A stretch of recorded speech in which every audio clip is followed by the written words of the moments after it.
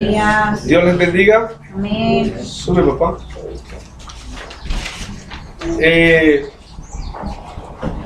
Vamos a leer, hermanos. Vamos a empezar a leer en el libro La Carta a los Efesios, capítulo 2, del 1 al 10. Y usted en ese relato va a contemplar, necesita meditar, necesita anclar todo el entendimiento posible allí, para que usted pueda percibir las razones por las cuales Dios está pidiendo muchas cosas. Efesios capítulo 2, del versículo 1 al versículo 10. Graben muy bien el versículo 1, dice: y Él os dio vida a vosotros cuando estabais muertos en vuestros delitos y pecados. Usted puede detenerse en este versículo y darse cuenta que esta es la condición de un ser humano antes de obedecer el Evangelio. Es una persona muerta en delitos, hagamos la claridad, no delitos jurídicos ante las autoridades o leyes terrenales. Habla de delitos ante las leyes de Dios. Nosotros hemos infringido, hemos transgredido las leyes de Dios. Entonces, estamos muertos en delitos espirituales y pecados. ¿De qué manera? Observe los versículos 2 y 3. En los cuales anduvisteis en otro tiempo, siguiendo la corriente de este mundo, conforme al príncipe de la potestad del aire. Póngale cuidado a esto. El espíritu que ahora opera en los hijos de desobediencia. ¿Y qué era lo que uno hacía, hermanos, antes de llegar a los pies de Cristo? Observe el versículo 3.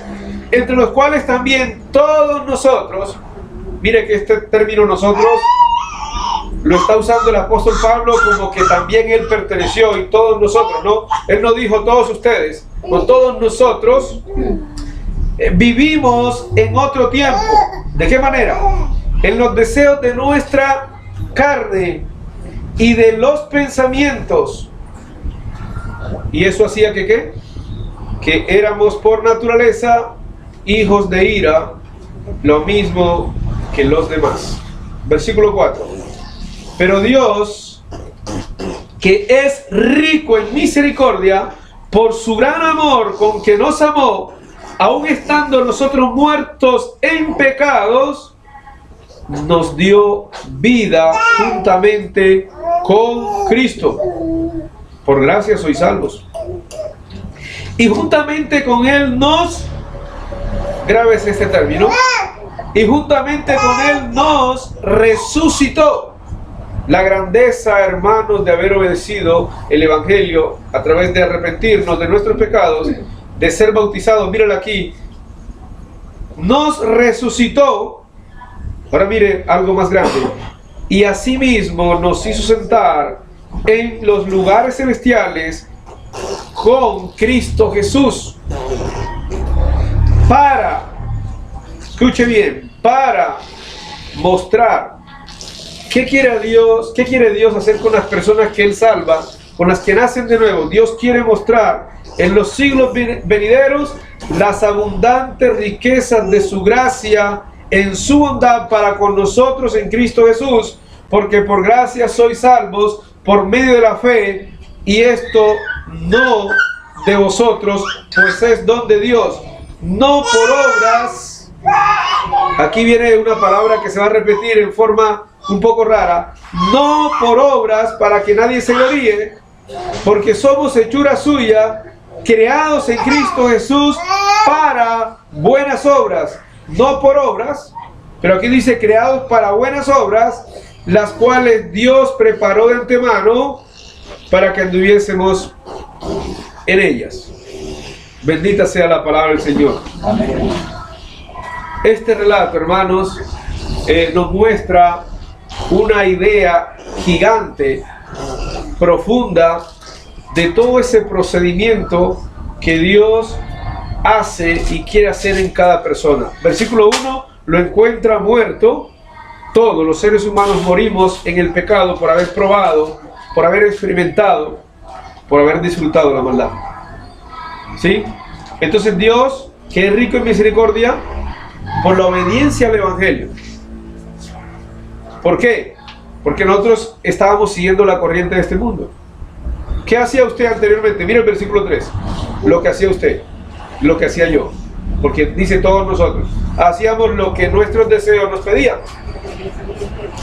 Lo que pedían nuestros pensamientos, los deleites de esta naturaleza que se va a quedar en el cementerio. ¿Sí? En eso vivíamos nosotros. Pero llegó un día, versículo 5 y 6, llegó un día en que resucitamos. ¿Sí? Observe ahí más adelante Colosenses 2, 11 y 12, para que reitere esta verdad. Colosenses 2, 11 y 12.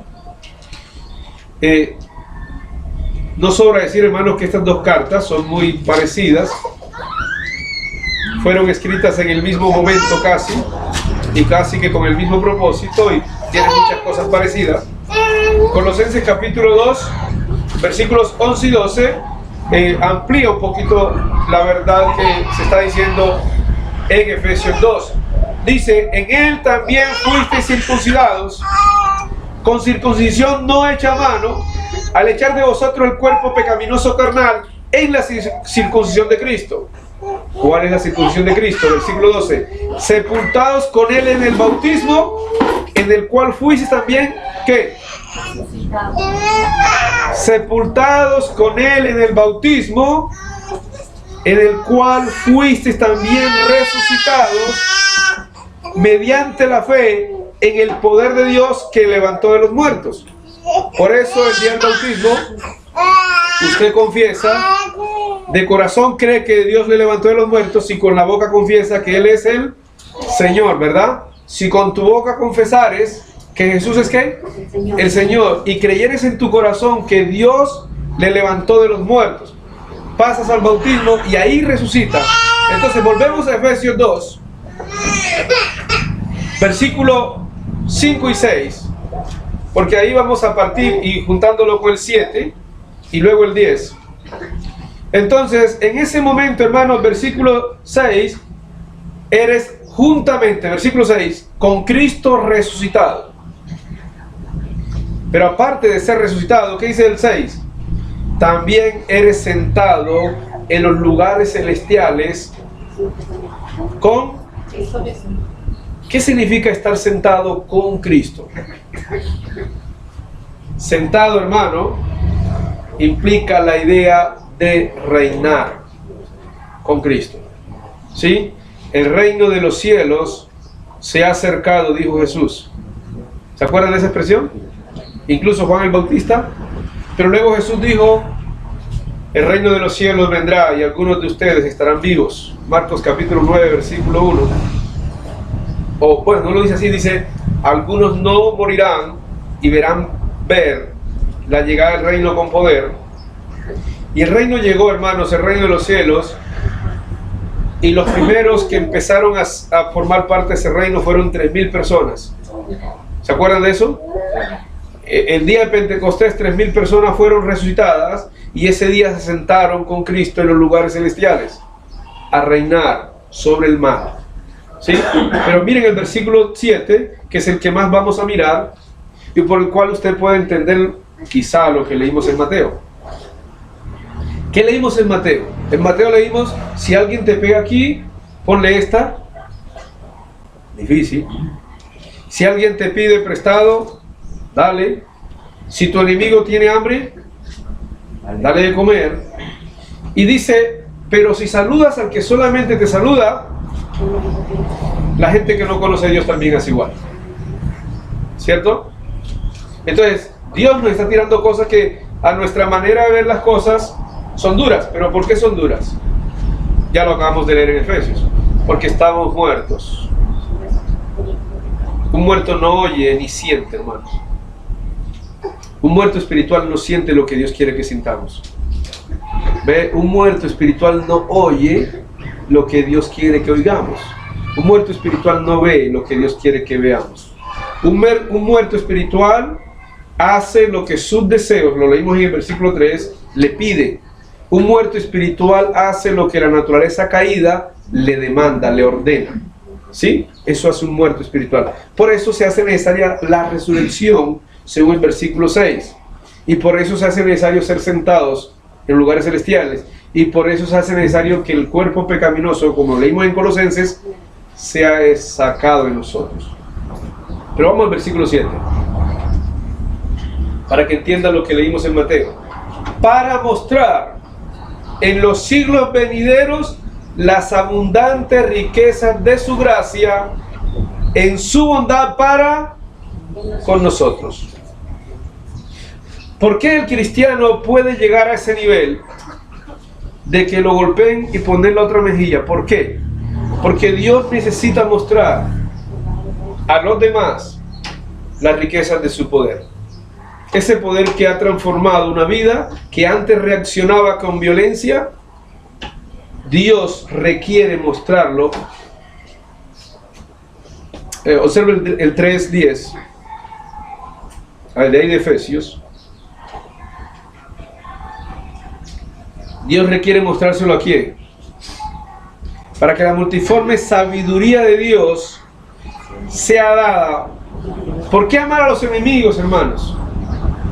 ¿Por qué no reaccionar cuando alguien nos ofende, cuando alguien nos hiere? Versículo 10. Para que la multiforme sabiduría de Dios sea ahora dada a conocer por medio de quién. Por medio de la iglesia. ¿A quiénes? A los principados, potestades, a los que Jesús venció en la cruz. Dios quiere mostrarle, volviendo al 2:7, quiere mostrarle qué es lo que ha hecho en nosotros. ¿Entiende? Es decir, en otras palabras, el mundo espiritual que nosotros no vemos en los lugares celestiales está lleno de ¿qué? De huestes espirituales de maldad. Contra ellos tenemos una ¿qué? Una lucha. Entonces Dios requiere, por medio de lo que ha hecho en nosotros, mostrarle tanto a esas huestes como a las personas del mundo las riquezas de su poder, lo que Él ha hecho en nosotros. ¿Sí? Que así como levantó a Jesús de los muertos, ha levantado en nosotros situaciones que antes eran difíciles de levantarlas. Por ejemplo, ¿qué era imposible para nosotros? Poner la mejilla derecha. Ahora, vamos a preguntar, ¿a usted hasta el día de hoy le es difícil poner la otra mejilla? Es difícil, ¿verdad? Es complicado. Entonces vamos al versículo 10. Al 9, mire el 9. ¿Qué dice el 9 de Efesios 2? No por obras. ¿Por qué dice no por obras? Ok, pero ¿por qué? Porque los seres humanos, escuche, sin Dios, por muy buenas obras que generemos, nunca alcanzarán a agradar a Dios. Nunca. Nunca las buenas obras nuestras en la carne lograrán eliminar la ira de Dios para con nosotros. ¿Por qué? Observa ahora el versículo 10. Porque somos hechura suya, creados ¿en quién? Yo necesito ser creado en Cristo Jesús y tener en cuenta que las obras que debo hacer, ¿dónde están? Dice ahí, para buenas obras, las cuales Dios preparó de antemano para que anduviésemos en ellas. O sea, no son mis obras, son las que Dios creó antes de que el mundo fuera creado.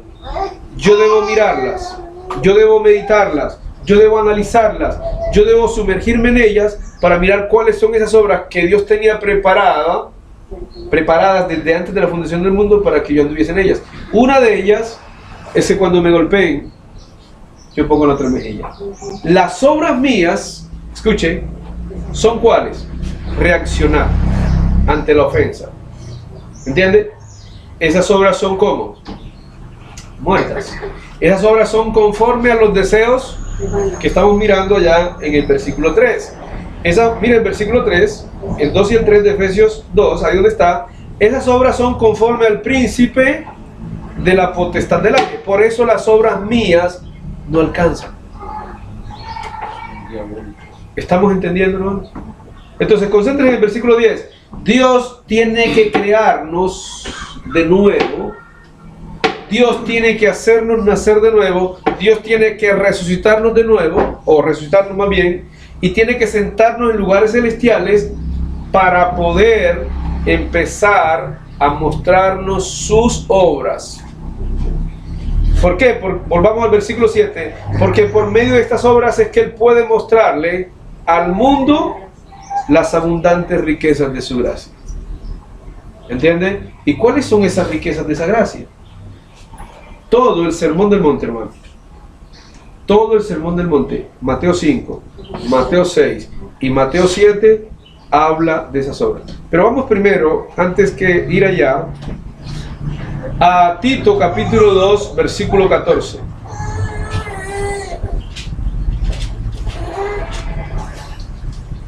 La carta que el apóstol Pablo le escribe al evangelista Tito, que hace unos días atrás la estábamos mirando en el capítulo 2. Hoy otra vez, en el 2:14.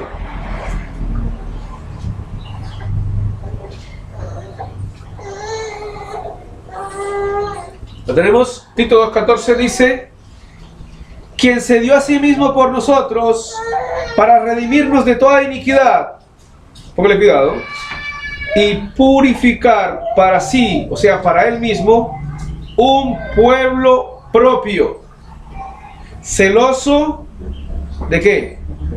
¿Cuáles obras? Las de Dios. Devuélvase al versículo 12 para que empiece a verlas. Enseñándonos que renunciando. Miren dónde empieza Dios a gestar las obras que Él quiere de usted y de mí, que Él las preparó para que usted las hiciera. Enseñándonos a que renunciando a la impiedad, es decir, a la lejanía de Dios, y a los deseos mundanos, a los deseos que genera nuestra naturaleza caída, vivamos en este siglo, ¿cómo? Sobria, justa y piadosamente. Un pueblo que empieza a hacer esto. Pero hoy, hermanos, vamos a mostrar algo grandioso. La palabra nos va a mostrar algo grandioso y que ya en cierta forma lo hemos empezado, y es recordar que por eso Jesús nos insiste: vengan a mí los trabajados y cargados, porque yo los quiero hacer descansar. Porque cuando uno tiene reacciones, hermano, que no puede poner la otra mejilla, que no puede, lo que dice Mateo 5, es porque uno no ha descansado, no es otra la razón. Entonces vamos a ir a mirar 3 pasajes rápidos en Mateo, en el Sermón del Monte. Uno de ellos ya lo hemos mirado, en los cuales nuestra mente se pierde, hermanos, y no encuentra la manera de creer que eso sea posible. Entonces el primer texto es Mateo 5,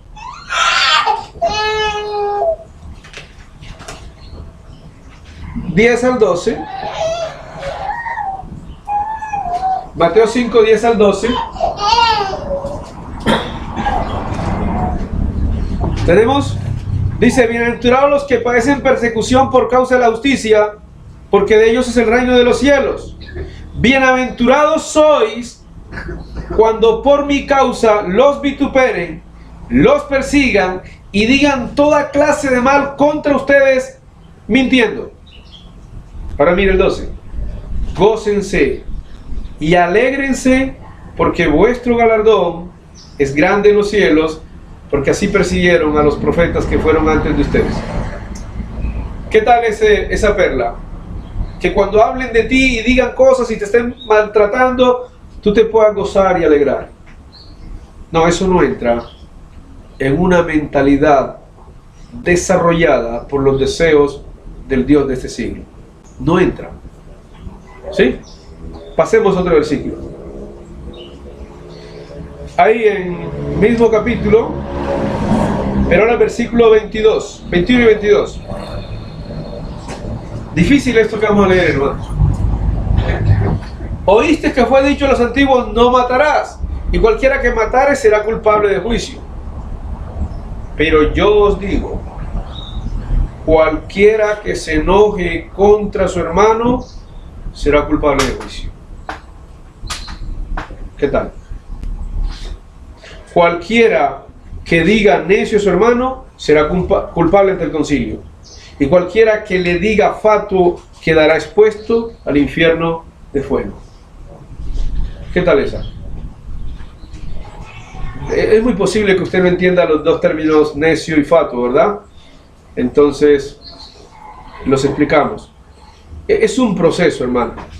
Lo que está ocurriendo en el versículo 22 es un proceso de homicidio espiritual. ¿Sí? Es enojarme contra alguien. Luego decir necio es maldecir a alguien. Y decir fatuo es condenar. ¿Entienden? El enojo de uno, si usted no lo detiene, él progresa. ¿Sí? Él crece de una manera, valga la redundancia, progresiva hacia la persona que le hace o le dice, ¿sí? O usted se enteró que dijo, etcétera, de usted.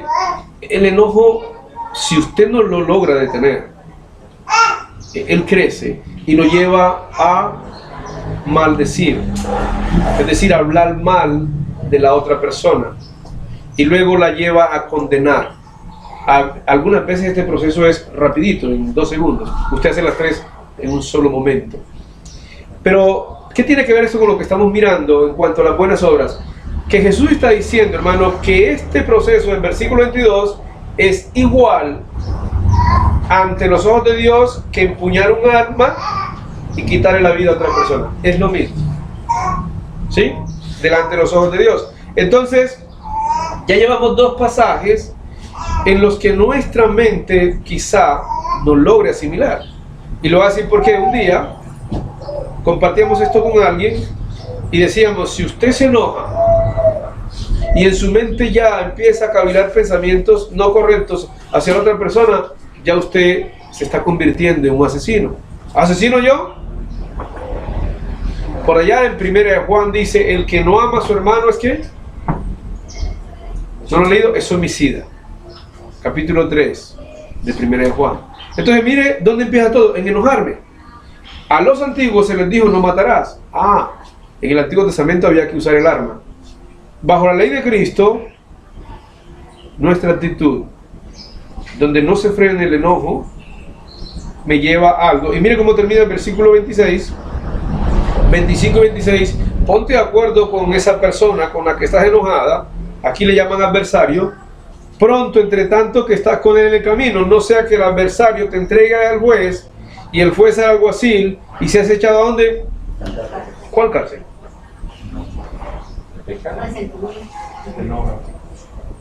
La cárcel del resentimiento. Esa es una cárcel que tiene unos barrotes muy fuertes, ¿sí? Y de allí no saldrás.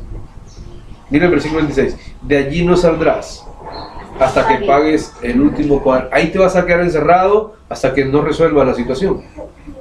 ¿Entiendes? Por eso el versículo 23 y 24. Entonces, estos términos, hermanos, a relacionar a nosotros con lo que Jesús, Jesús a través del apóstol Pablo nos está diciendo, un pueblo celoso de buenas obras, y que nos creó para buenas obras, es para que nosotros empecemos a analizar algo. ¿Qué es? ¿Cuáles fueron las primeras enseñanzas de Jesús? Y hermano, para que lo tengan en cuenta, las primeras enseñanzas de Jesús empiezan en Mateo 5. ¿Sí? Lo primero que Jesús empezó a enseñar empieza en el libro de Mateo capítulo 5. A partir de ahí están las bases. Pero vamos al tercer versículo, que puede ser también difícil para nuestra mente. Ahí está en el versículo 31.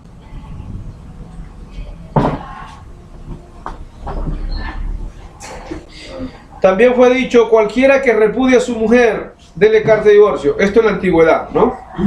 Pero yo os digo, que el que repudia a su mujer, a no ser por causa de fornicación, hace que ella adultere. Y el que se casa con la repudiada, comete adulterio. El que repudia a su mujer y se casa con otra, adultera. Y el que se casa con la repudiada, comete adulterio. ¿Lo entendemos así de fácil? ¿Es fácil a nuestra mente eso? No. Dios es injusto. Para mucha gente Dios es injusto. Porque ¿cómo así que me voy a quedar solo? Porque ¿cómo así que me voy a quedar sola? Si te casas con otra, cometes adulterio. Después de estar casado.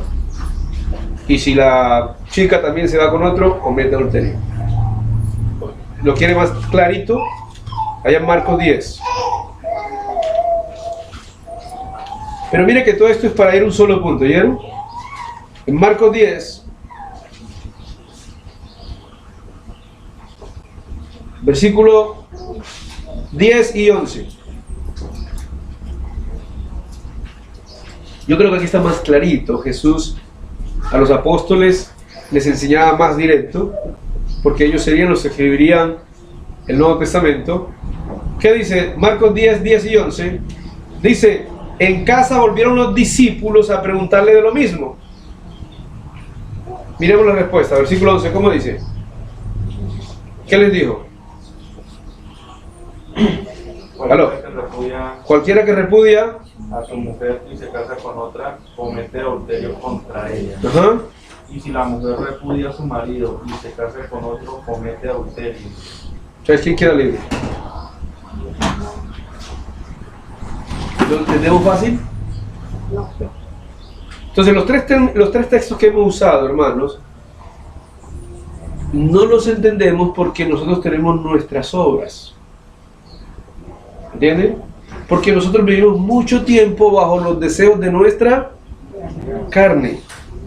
Ahora Dios nos resucita de la muerte en la que estábamos y nos hace sentar, ¿en dónde?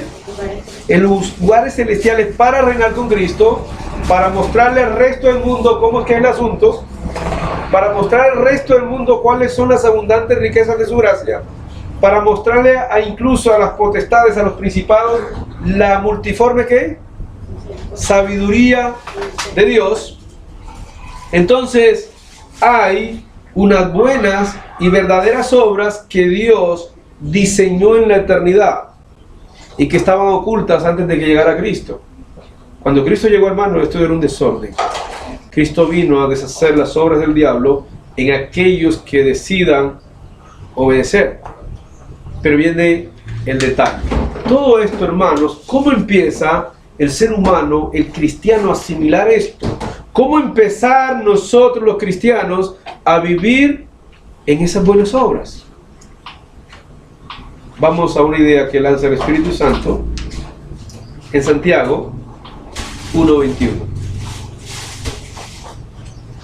Y aquí vamos a recordar por qué hay que ir a Él los cansados y trabajados y aprender de Él, que es, aquí vamos a entender por qué. Santiago 1:21.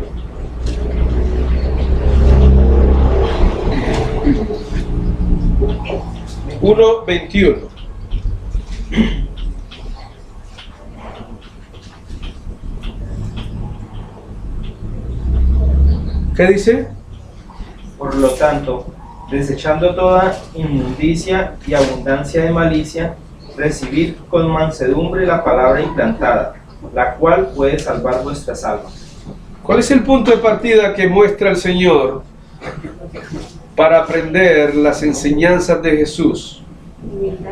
Para que nosotros empecemos, hermanos, a mirar ya no las obras nuestras, ya no la forma de yo pensar, ya no la forma de reaccionar que me enseñaron en casa o que la sociedad me ha enseñado, sino las obras que Dios creó antes de la fundación del mundo.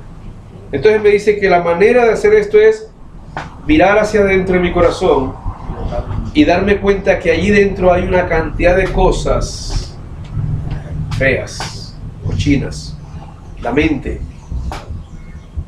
¿Y qué me está diciendo? Deséchela. Y reciba con mansedumbre la palabra. No se ponga, hermano.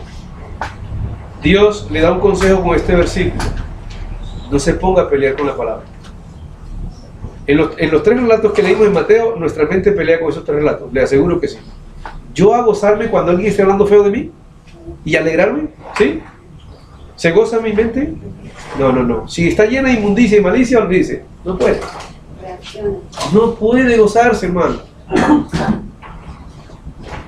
¿Cómo así, hermanos, que yo con solamente enojarme con alguien ya soy igual que un asesino? ¿Quién lo dijo?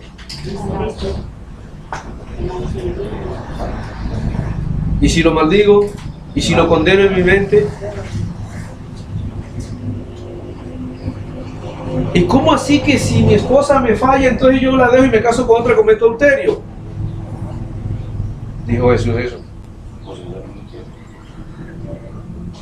Si la repudia y se casa con otra, comete adulterio. Y la repudiada y se casa con otro, también comete adulterio.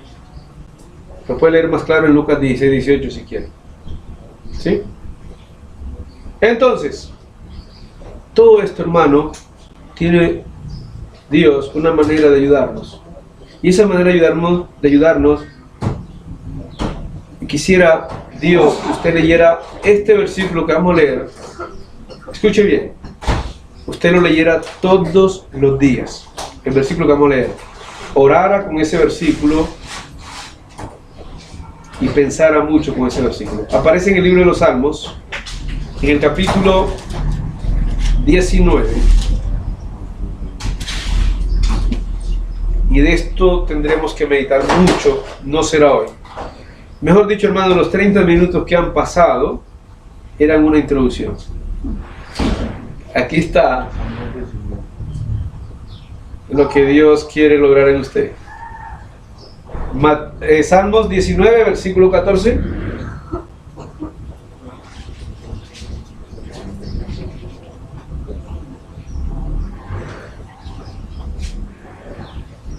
Un ejercicio, hermano, diario para usted.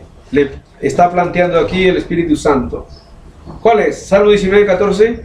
Sean gratos los dichos de mi boca y la meditación, o sea, lo que pienso. Sean gratos los dichos de mi boca y la meditación de mi corazón delante de ti, oh Jehová, roca mía y redentor mío. 2 acciones que marcan, hermanos, esas buenas obras para las cuales fuimos creados. 1, que lo que yo hable sea ¿qué? Grato. ¿Cómo interpretamos grato?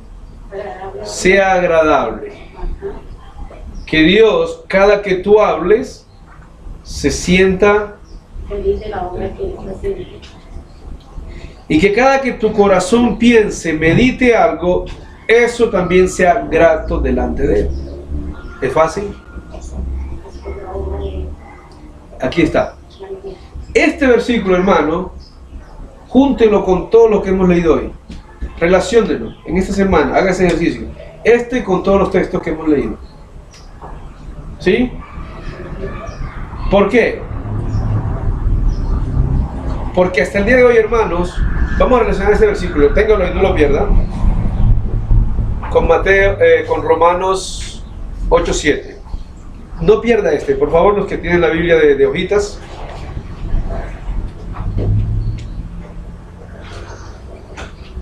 Romanos 8:7. ¿Qué pasa con nuestras obras? ¿De dónde salen nuestras obras? ¿Por qué no alcanzan? ¿Por qué no sirven? ¿De dónde salen ellas? ¿De dónde se originan? Romanos 8:7. Por cuanto, ¿qué? Los deseos de la carne. Lo que genera nuestra mente humana, lo que genera nuestro corazón es que son. Enemistad contra Dios. ¿Por qué? Porque no se sujetan, ni tampoco ningún deseo de nuestra carne jamás se podrá sujetar a Dios. Nunca. No trate de sujetarlo porque no se puede. La palabra nos dice, hágalo morir. Vaya al versículo 13 ahí mismo para que se dé cuenta. Hágalo morir. ¿Sí? ¿Pero cómo? Entonces hay que ir nuevamente al Salmo 19:14. Yo necesito, hermano, que mi corazón genere meditaciones, pensamientos gratos. Ahora, si mi corazón lograra generar pensamientos gratos, ¿cómo van a ser las palabras? De la abundancia del corazón. ¿Estamos seguros de eso? Sí. Entonces Santiago 1:21 dice, deseche toda, ¿qué? Lo mismo en Santiago 1:21, deseche toda inmundicia y abundancia de malicia para que usted pueda recibir mansamente la palabra. ¿Por qué? Si usted se vuelve a los dos versículos anteriores de Santiago, se va a encontrar con una verdad cruel contra nosotros. Es, todo hombre sea pronto y tardo para hablar. Y nosotros somos rápidos para hablar, ¿cierto? Y lentes para oír.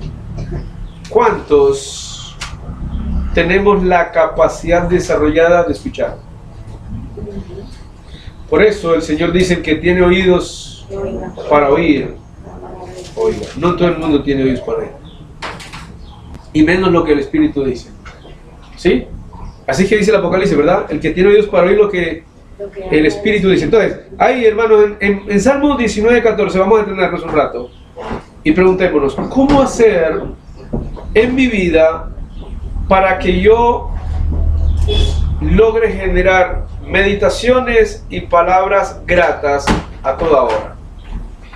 ¿Cómo lograr eso?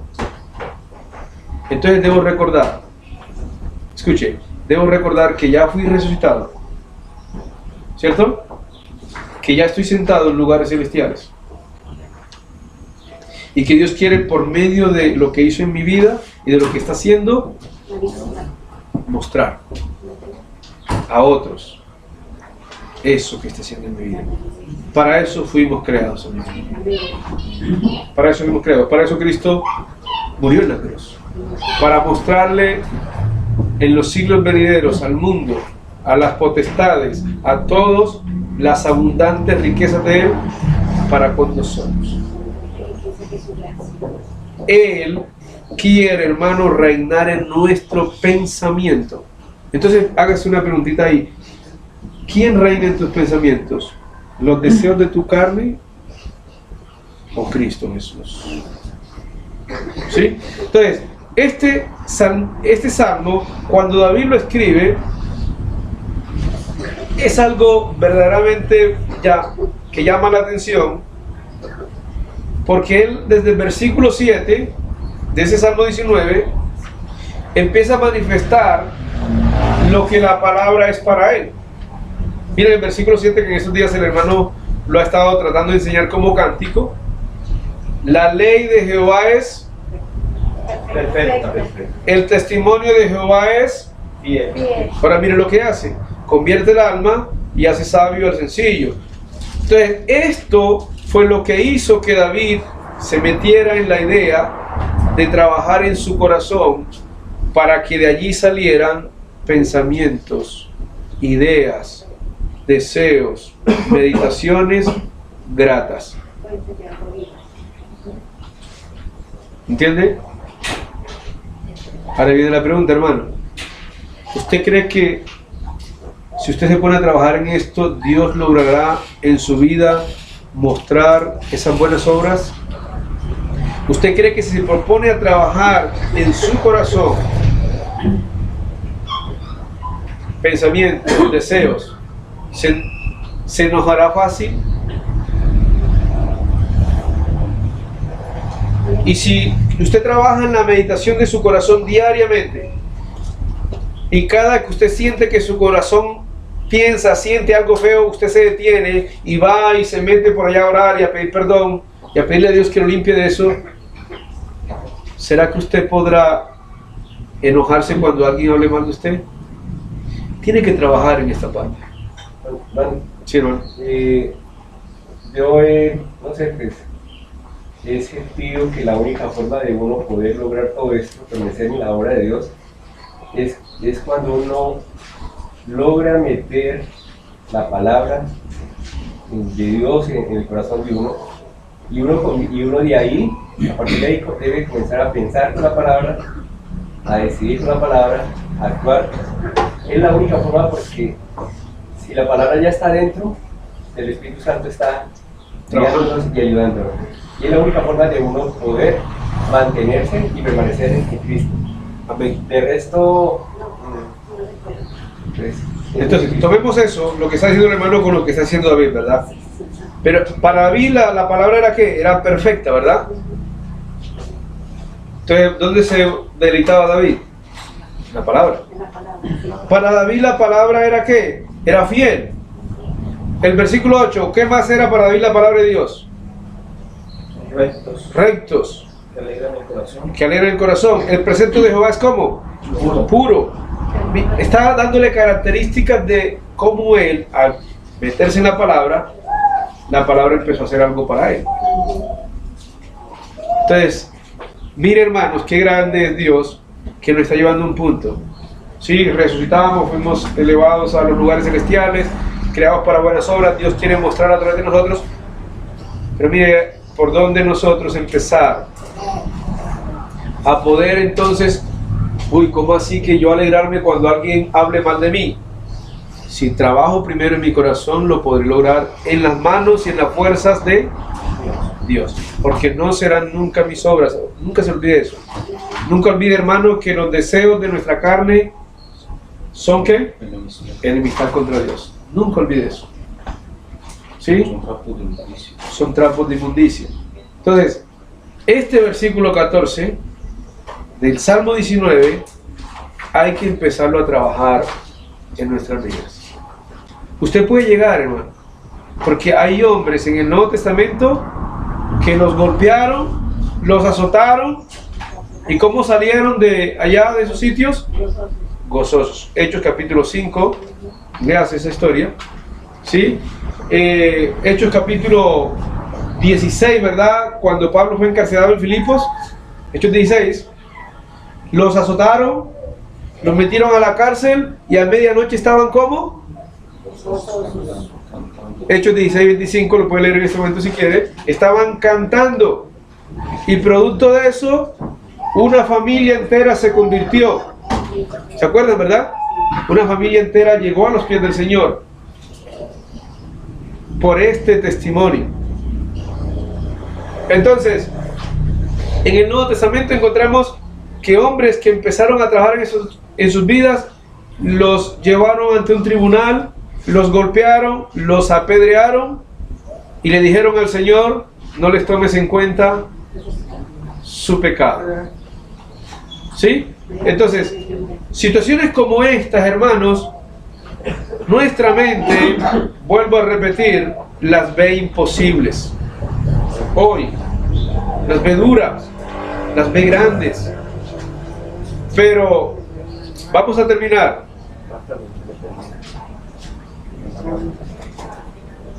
Antes de terminar, vamos al Salmo 141.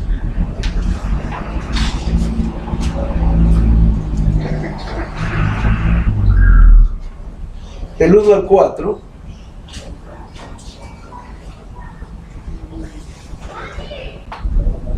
Me acaba de llegar ese texto.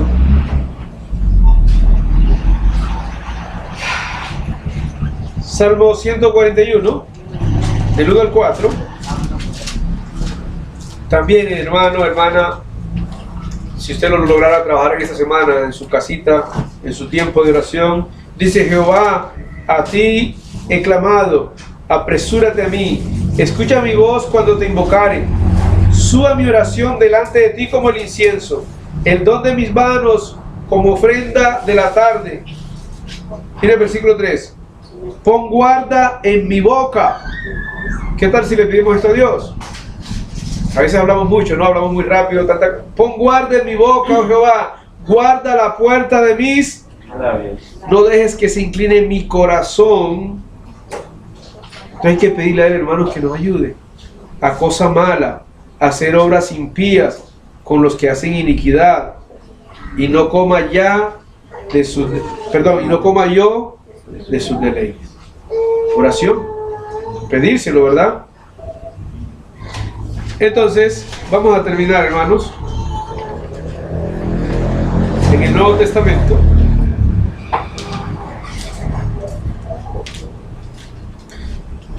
Otra vez en Tito 2:14.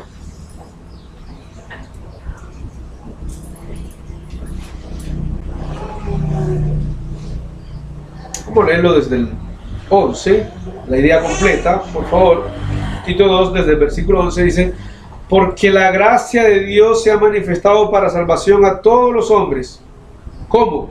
Enseñándonos que, renunciando a la impiedad y a los deseos mundanos, vivamos en este siglo sobria, justa y piadosamente, aguardando la esperanza bienaventurada y la manifestación gloriosa de nuestro gran Dios y Salvador Jesucristo, quien se dio a sí mismo por nosotros, escucha, hermanos, para redimirnos de toda iniquidad y purificar para sí un pueblo propio, celoso de buenas obras. Él quiere purificarnos porque ya nos ha redimido, y Él quiere para Él un pueblo celoso de ¿cuáles obras? De esas que Él creó, porque son excelentes, hermanos. Así en el día de hoy nos parezcan un poco difíciles de hacer, ¿verdad? Saludar a un enemigo, abrazar a un enemigo, poner la mejilla, qué sé yo, no enojarnos tan fácil, no pensar tan fácil con la mente enojada. Eso es difícil por ahora, pero Él quiere purificarnos y lo va a lograr. Él lo va a lograr en la medida en que tú se lo pides, en la medida en que te deleitas en la palabra y miras la palabra como, ¿qué fue que la miró David? Como perfecta, como pura, como fiel, como delicia, ¿sí? En fin, todas estas particularidades, hermano, Dios las va a lograr en nosotros. El versículo de ñapa, entonces, no puede faltar, ¿verdad? Hay en Hebreos 4.